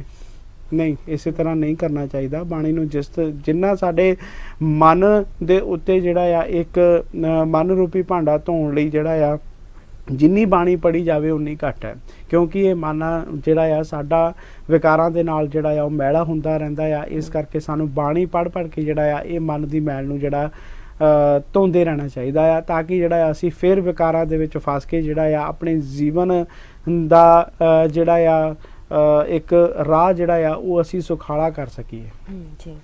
ਤੇ ਅਗਲਾ ਨਿਯਮ ਹੈ ਕਿ ਗੁਰੂ ਦਾ ਰੂਪ ਜਾਣ ਕੇ ਸਭ ਸੰਗਤ ਨਾਲ ਪ੍ਰੇਮ ਕਰਦਾ ਹੋਵੇ, ਰਾਗ ਦੁਆਇਕ ਤੋਂ ਰਹਿਤ ਇੱਕ ਰਸ ਪ੍ਰੇਮੀ ਹੋਵੇ, ਖਾਲਸਾ ਪੰਥ ਦੀ ਜਥੇਬੰਦੀ ਵਿੱਚ ਆਪ ਨੂੰ ਸਦਾ ਜਾਣੇ ਤੇ ਪੰਥ ਤੋਂ ਉਲਟ ਕਦੇ ਨਾ ਹੋਵੇ, ਪੰਥ ਦੀ ਨਿੰਦਾ ਨਾ ਕਰੇ, ਸ਼ਸਤਰਧਾਰੀ ਸੂਰਬੀਰ ਧਰਮ ਦੀ ਰਾਖੀ ਵਾਸਤੇ ਸਮੇਂ ਸਿਰ ਸੀਸ ਕੁਰਬਾਨ ਕਰ ਦੇਵੇ, ਕਾਇਰ ਨਾ ਬਣੇ। ਬਿਲਕੁਲ ਜੀ। ਦਸਮ ਗ੍ਰੰਥ ਤੇ ਆਦ ਸ਼੍ਰੀ ਗੁਰੂ ਗ੍ਰੰਥ ਸਾਹਿਬ ਜੀ ਮਹਾਰਾਜ ਦਾ ਜਿਹੜਾ ਆ ਸ਼ੁੱਧ ਪਾਠ ਕਰਨ ਵਾਲਾ ਤੇ ਅਰਥ ਪਕਾਉਣ ਵਾਲਾ ਹੋਵੇ। ਆਦ ਸ਼੍ਰੀ ਗੁਰੂ ਗ੍ਰੰਥ ਸਾਹਿਬ ਜੀ ਮਹਾਰਾਜ ਨੂੰ ਜਿਹੜਾ ਆ ਲੈ ਕੇ 18 10 20 ਤੱਕ ਇੱਕੋ ਜਾਣ ਕੇ ਭਾਵਨਾ ਕਰੇ। ਕਹਿਣ ਤੋਂ ਭਾਵ ਇਹ ਹੈ ਕਿ ਅੱਜ ਰੂਹੀ ਜੀ ਸਾਡੇ ਵਿੱਚ ਇਹ ਵੀ ਵਿਤਕਰਾ ਪਾ ਦਿੱਤਾ ਗਿਆ ਆ ਕਿ ਜਿਹੜੀ ਰਾਗਮਾਲਾ ਆ ਉਹ ਗੁਰੂ ਗ੍ਰੰਥ ਸਾਹਿਬ ਜੀ ਦੇ ਵਿੱਚ ਜਿਹੜੀ ਆ ਉਹਦਾ ਅੰਗ ਨਹੀਂ ਆ। ਤੇ ਜੇ ਗੁਰੂ ਗ੍ਰੰਥ ਸਾਹਿਬ ਜੀ ਦੇ ਵਿੱਚ ਅੰਗ ਨਹੀਂ ਆ ਦੇ ਉਹਦਾ ਅੰਗ ਨਹੀਂ ਆ ਤਾਂ ਫਿਰ ਉਹਦੇ ਵਿੱਚ ਦਰਜ ਕਿਉਂ ਕੀਤੀ ਗਈ ਆ। ਉਹੀ ਕਹਿਣ ਤੋਂ ਭਾਵ ਵਾਰ-ਵਾਰ ਇੱਕੋ ਹੀ ਸਵਾਲ ਜਿਹੜਾ ਆ ਬਾਣੀ ਨੂੰ ਘੱਟ ਪੜ੍ਹਨਾ ਵੱਧ ਪੜ੍ਹਨਾ, ਇਹ ਬਾਣੀ ਗਲਤ ਹੈ, ਉਹ ਬਾਣੀ ਗਲਤ ਹੈ। ਮੈਂ ਤਾਂ ਇੱਕ ਗੱਲ ਕਹਿਣਾ ਆ ਇਸ ਪ੍ਰੋਗਰਾਮ ਦੇ ਮਾਧਿਅਮ ਦੇ ਵਿੱਚ, ਜੇ ਤੁਸੀਂ ਜਿਹੜਾ ਆ ਦਸਮ ਗ੍ਰੰਥ ਦੀ ਬਾਣੀ ਨੂੰ ਨਹੀਂ ਮੰਨਦੇ, ਤੁਸੀਂ ਨਹੀਂ ਪੜ੍ਹਦੇ ਜਾਂ ਤੁਹਾਡੀ ਵਿਸ਼ਵਾਸ ਨਹੀਂ ਆ ਤਾਂ ਤੁਸੀਂ ਨਾ ਪੜ੍ਹੋ। ਤੁਹਾਡੇ ਵਾਸਤੇ ਚੌਪਈ ਸਾਹਿਬ ਵੀ ਆ, ਭਾਈ ਗੁਰਦਾਸ ਜੀ ਦੀਆਂ ਵਾਰਾਂ ਵੀ ਨੇ, 5 ਗ੍ਰੰਥੀ ਵੀ ਆ ਤੇ ਆਸਾ ਦੀ ਵਾਰ ਵੀ ਆ, ਹੋਰ ਵਾਰਾਂ ਨੇ ਜਿਹੜੀਆਂ ਤੁਸੀਂ ਪੜ੍ਹ ਸਕਦੇ ਹੋ। ਗੁਰਬਾਣੀ ਨੂੰ ਲਾਹਾ ਲੈ ਸਕਦੇ ਹੋ। 9ਵੇਂ ਮਹੱਲੇ ਦੇ ਸ਼ਲੋਕ ਨੇ, ਕਬੀਰ ਜੀ ਦੇ ਸ਼ਲੋਕ ਨੇ, ਕਈ ਇਸੇ ਤਰ੍ਹਾਂ ਦੀਆਂ ਜਿਹੜੀਆਂ ਗੁਰੂ ਗ੍ਰੰਥ ਸਾਹਿਬ ਜੀ ਦੇ ਵਿੱਚ ਜਿਹੜੀਆਂ ਬਾਣੀਆਂ ਨੇ, ਛੋਟੇ ਛੋਟੇ ਸ਼ਬਦ ਦਾ ਤੁਸੀਂ ਉਚਾਰਨ ਕਰ ਸਕਦੇ ਹੋ। ਜਿਸ ਤਰ੍ਹਾਂ ਅਸੀਂ ਥਿਰ ਕਰ ਬੈਸੋ ਹਰ ਜਨ ਪਿਆਰੇ ਜਿਹੜਾ ਸ਼ਬਦ ਦਾ ਜਾਪ ਕਰਦੇ ਹਾਂ, ਜਾਂ ਅਸੀਂ ਛੋਟਾ ਵੀ ਕੋਈ ਵੀ ਸ਼ਬਦ ਜਿਹੜਾ ਲੈ ਕੇ ਅਸੀਂ ਉਸ ਦਾ ਅਭਿਆਸ ਕਰ ਸਕਦੇ ਹਾਂ, ਉਸ ਨੂੰ ਬਾਣੀ ਨੂੰ ਪੜ੍ਹ ਸਕਦੇ ਹਾਂ। ਇਹ ਨਹੀਂ ਆ ਕਿ ਜੇ ਤੁਸੀਂ ਇੱਕ ਵਾਰ ਤੁਸੀਂ ਅਖੰਡ ਪਾਠ ਸਾਹਿਬ ਜਾਂ ਸਹਿਜ ਪਾਠ ਸਾਹਿਬ ਜਾਂ ਕਿਸੇ ਵੀ ਬਾਣੀ ਨੂੰ ਸ਼ੁਰੂ ਕਰ ਲਿਆ ਤਾਂ ਉਹਨੂੰ ਜਿਹੜਾ ਆ ਖਤਮ ਕਰੇ ਬਿਨਾਂ ਹੀ ਉੱਠਣਾ ਆ। ਤੁਸੀਂ ਕੋਈ ਵੀ ਸ਼ਬਦ ਲੈ ਲਓ, ਜੋ ਮੰਗੇ ਠਾਕੁਰ ਆਪਣੇ ਤੇ, ਜਾਂ ਇੱਦਾਂ ਦੇ ਕਈ ਬੜੇ ਪਿਆਰੇ ਸ਼ਬਦ ਨੇ ਤੇ ਜਿਹੜੇ ਆ ਤੁਸੀਂ ਜਿਹੜਾ ਆ ਰੋਜ਼ਾਨਾ ਜ਼ਿੰਦਗੀ ਦੇ ਵਿੱਚ ਜਿਹੜਾ ਆ ਤੁਰਦੇ ਫਿਰਦੇ ਕੰਮ ਕਰਦੇ ਉੱਠਦੇ ਬੈਠਦੇ ਜਦੋਂ ਤੁਹਾਡਾ ਬੋਲਣ ਵਾਲਾ ਕੰਮ ਨਾ ਹੋਵੇ ਤੁਸੀਂ ਆਪਣੇ ਮਨ ਦੇ ਵਿੱਚ ਵੀ ਜਿਹੜਾ ਆ ਇਸ ਦਾ ਗੁਣਗਾਨ ਕਰ ਸਕਦੇ ਹੋ। ਤੇ ਰੂਹੀ ਜੀ ਜ਼ਰੂਰੀ ਤਾਂ ਨਹੀਂ ਕਿ ਆਪਾਂ ਜਿਹੜਾ ਉੱਚੀ ਉੱਚੀ ਬੋਲ ਕੇ ਸਾਰਿਆਂ ਨੂੰ ਦੱਸੀਏ ਤੇ ਲੋਕਾਂ ਨੂੰ ਵੀ ਪਤਾ ਲੱਗੇ ਕਿ ਜਿਹੜਾ ਮੈਂ ਬਾਣੀ ਪੜ੍ਹਦਾ ਆ, ਜਾਂ ਗੁਰੂ ਘਰ ਜਾ ਕੇ ਉੱਚੀ ਉੱਚੀ ਢੋਲਕੀ ਵਜਾਉਣ ਦੇ ਨਾਲ ਹੀ ਜਿਹੜਾ ਆ ਪਤਾ ਲੱਗੂਗਾ।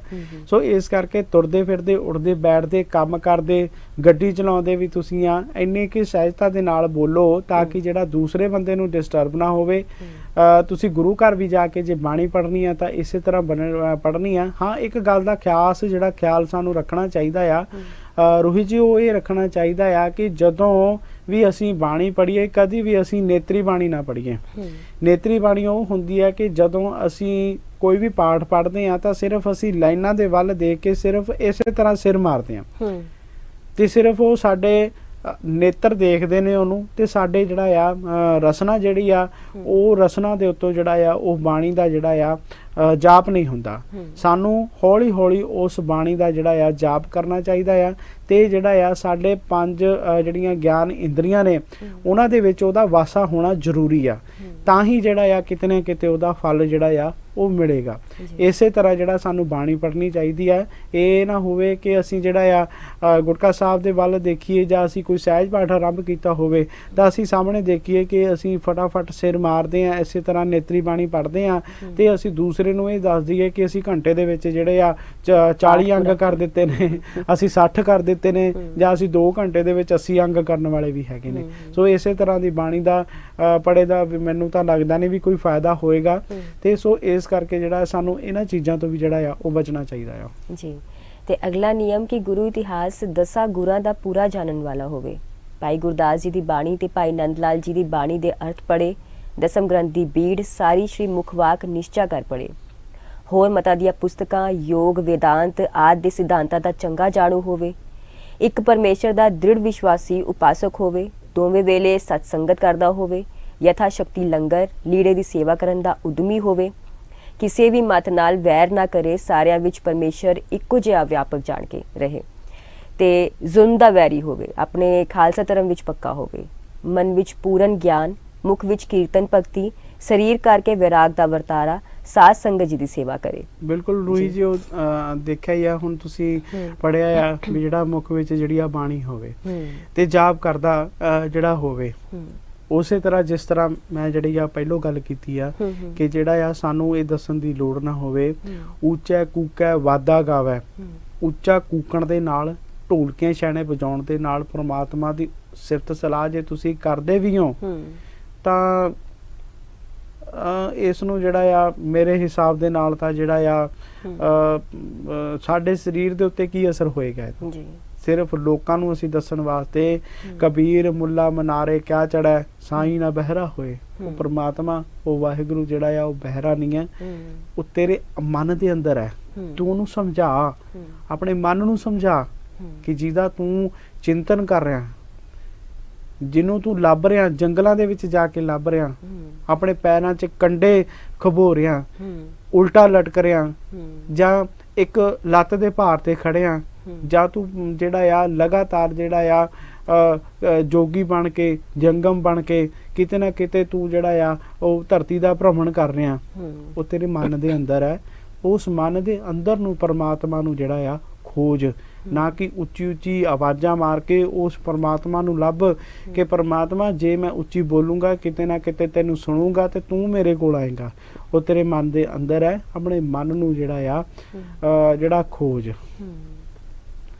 ਤੇ ਉਸ ਤੋਂ ਬਾਅਦ ਆਪਣੇ ਗੁਣਾਂ ਦੀ ਸ਼ਲਾਘਾ ਤੇ ਪਰਾਏ ਔਗੁਣ ਨਾ ਕਹੇ, ਜੀਆਂ ਨੂੰ ਦੁੱਖ ਨਾ ਦੇਵੇ, ਕਪਟ ਤੋਂ ਰਹਿਤ ਹੋਵੇ, ਗੁਰਸੇਵੀ ਹੋਵੇ, ਪਰਮੇਸ਼ਰ ਦਾ ਨਿੰਨ ਭਗਤ ਹੋਵੇ, ਗੁਰਸਿੱਖੀ ਨੂੰ ਸਭ ਤੋਂ ਉੱਚੀ ਜਾਣੇ, ਦੁੱਖ ਸੁੱਖ ਵਿੱਚ ਸਮਚਿਤ ਰਹੇ, ਯਾਨੀ ਕਿ ਹਮੇਸ਼ਾ ਇੱਕੋ ਵਾਂਗ ਰਹੇ, ਬੇਮੁਖ ਦੀ ਸੰਗਤ ਨਾ ਕਰੇ, ਸਭ ਗਿਆਨ ਧਿਆਨ ਨਾਲੋਂ ਨਾਮ ਨੂੰ ਸਭ ਤੋਂ ਵੱਡਾ ਜਾਣ ਕੇ ਸਦਾ ਜਪੇ, ਨਾਮ ਦੀ ਦ੍ਰਿੜਤਾ ਸ਼੍ਰੀ ਗੁਰੂ ਗ੍ਰੰਥ ਸਾਹਿਬ ਜੀ ਦੇ ਹਜ਼ੂਰ 50 ਪਿਆਰਿਆਂ ਤੋਂ ਅੰਮ੍ਰਿਤ ਛਕਣ ਵੇਲੇ ਕੀਤੀ ਹੋਵੇ, ਦ੍ਰਿੜ ਲਿਵ ਲੱਗੀ ਹੋਵੇ, ਸ਼ਰਾਬ ਮਾਸ ਤੇ ਹੋਰ ਕੋਈ ਅਮਲ ਨਾ ਵਰਤਦਾ ਹੋਵੇ, ਹੱਠ ਚੁਗਲੀ ਈਰਖਾ ਪਾਰਟੀਬਾਜ਼ੀ ਤੋਂ ਰਹਿਤ ਹੋਵੇ, ਕਾਮ ਆਦਿ 5 ਵਿਕਾਰਾਂ ਤੋਂ ਡਰਦਾ ਰਹੇ, ਅਲਪ ਆਹਾਰੀ ਹੋਵੇ, ਥੋੜਾ ਸੌਦਾ ਹੋਵੇ, ਥੋੜਾ ਬੋਲਦਾ ਹੋਵੇ, ਨਾਮ ਰੰਗ ਵਿੱਚ ਰਤਾ ਹੋਵੇ, ਅੰਮ੍ਰਿਤ ਨਾਮ ਦਾ ਦ੍ਰਿੜ ਵਿਸ਼ਵਾਸੀ ਹੋਵੇ, ਧਾਰਮਿਕ ਖਿਆਲਾਂ ਵਿੱਚ ਪੱਕਾ ਹੋਵੇ, ਪ੍ਰੀਤ ਨਾਲ ਬਾਣੀ ਪੜ੍ਹਦਾ ਹੋਵੇ, ਕੁਤਰਕੀ ਤਾਂ ਹੋਵੇ, ਸਮਝਣ ਵਿੱਚ ਚਤਰ ਹੋਵੇ, ਆਲਸਹੀਣ ਹੋਵੇ, ਸਰੀਰ ਦੀ ਸ਼ੁੱਧੀ ਰੱਖੇ, ਪਖੰਡੀ ਨਾ ਹੋਵੇ,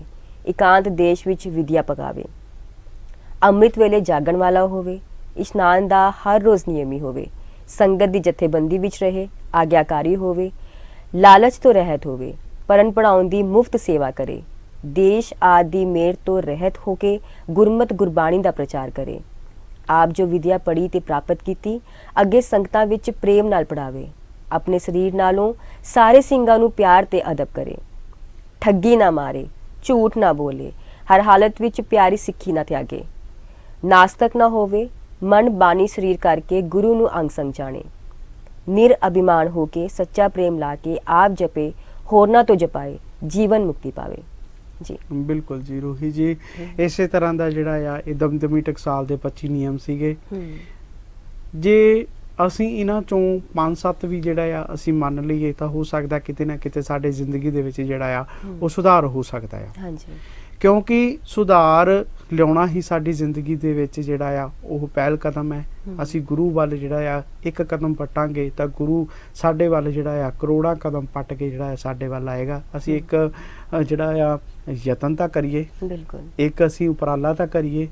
ਅਸੀਂ ਇਹ ਸੋਚੀ ਜਾਂਦੇ ਆ ਕਿ ਹੇ ਰੱਬਾ ਜੇ ਕੱਲ ਨੂੰ ਆ ਨਾ ਹੋਇਆ ਤਾਂ ਮੈਂ ਕੀ ਕਰੂੰਗਾ, ਹੇ ਰੱਬਾ ਮੇਰੇ ਤੇ ਦੁੱਖ ਹੈ, ਤੂੰ ਮੇਰੀ ਗੱਲ ਨਹੀਂ ਸੁਣਦਾ। ਭਰਾਵਾ ਤੂੰ ਰੱਬ ਦੀ ਗੱਲ ਸੁਣਦਾ ਜਾਂ ਤੂੰ ਰੱਬ ਦੀ ਕਦੋਂ ਮੰਨੀ ਹੈ? ਠੀਕ ਹੈ ਨਾ, ਰੱਬ ਦੀ ਜਿਹੜੀ ਆ ਗੱਲ ਆਪਣੇ ਜਿਹੜੀ ਆ ਮਨਾਣਾ ਤਾਂ ਚਾਹੁੰਦਾ ਆ, ਪਰ ਰੱਬ ਦੀ ਗੱਲ ਜੋ ਰੱਬ ਕਹਿੰਦਾ ਆ ਤੂੰ ਉਹ ਮੰਨਣ ਲਈ ਤਿਆਰ ਹੈ ਕਿ ਨਹੀਂ ਤਿਆਰ? ਸੋ ਇਸੇ ਕਰਕੇ ਜਿਹੜਾ ਆ ਸਾਨੂੰ ਪਰਮਾਤਮਾ ਦੇ ਭਾਣੇ ਦੇ ਅੰਦਰ ਰਹਿ ਕੇ ਪਰਮਾਤਮਾ ਦੀ ਰਜ਼ਾ ਦੇ ਅੰਦਰ ਰਹਿਣਾ ਜਿਹੜਾ ਆ ਚਾਹੀਦਾ ਆ। ਗੁਰਮਤਿ ਦੇ ਅਨੁਸਾਰ ਸਾਨੂੰ ਜਿਹੜਾ ਆ ਜੀਵਨ ਜਿਹੜਾ ਆ ਬਤੀਤ ਕਰਨਾ ਚਾਹੀਦਾ। ਤੇ ਰੂਹੀ ਜੀ ਜਿੰਨੀਆਂ ਵੀ ਅਸੀਂ ਗੱਲਾਂ ਬਾਤਾਂ ਸਾਂਝੀਆਂ ਕੀਤੀਆਂ ਨੇ, ਜੇ ਕਿਤੇ ਨਾ ਕਿਤੇ ਇਸ ਦੇ ਵਿੱਚ ਤਰੁੱਟੀ ਜਾਂ ਗਲਤੀ ਹੋਵੇ, ਗੁਰੂ ਤੇ ਸੰਗਤ ਜਿਹੜੀ ਆ ਸਾਡੇ ਨੂੰ ਜਿਹੜੀ ਆ ਉਹ ਬਖਸ਼ਣਯੋਗ ਆ। ਭੁੱਲਾਂ ਚੁੱਕਾਂ ਦੀ ਜਿਹੜੀ ਆ ਉਹ ਅਸੀਂ ਸਾਡੇ ਦਰਸ਼ਕ ਸਰੋਤੇ ਵੀਵਰ ਤੇ ਜਿਹੜੇ ਸੰਗਤ ਰੂਪੀ ਸੁਣਦੇ ਨੇ ਉਹਨਾਂ ਤੋਂ ਅਸੀਂ ਜਿਹੜੀ ਆ ਭੁੱਲਾਂ ਚੁੱਕਾਂ ਦੀ ਮੁਆਫੀ ਵੀ ਮੰਗਦੇ ਹਾਂ। ਤੇ ਗਗਨਦੀਪ ਜੀ, ਇਸ ਦੇ ਨਾਲ ਹੀ ਪ੍ਰੋਗਰਾਮ ਦਾ ਜੋ ਸਮਾਂ ਹੈ ਉਹ ਵੀ ਸਮਾਪਤ ਹੋ ਚੁੱਕਿਆ ਹੈ। ਇਦਾਂ ਹੀ ਤੁਹਾਡੇ ਨਾਲ ਫਿਰ ਮੁਲਾਕਾਤ ਹੋਏਗੀ ਸੋਮਵਾਰ ਨੂੰ। ਤੇ ਰੂਹੀ ਗਰੋਵਰ ਤੇ ਗਗਨਦੀਪ ਜੀ ਨੂੰ ਦਿਓ ਇਜਾਜ਼ਤ। ਸਤਿ ਸ਼੍ਰੀ ਅਕਾਲ ਜੀ। ਸਤਿ ਸ਼੍ਰੀ ਅਕਾਲ।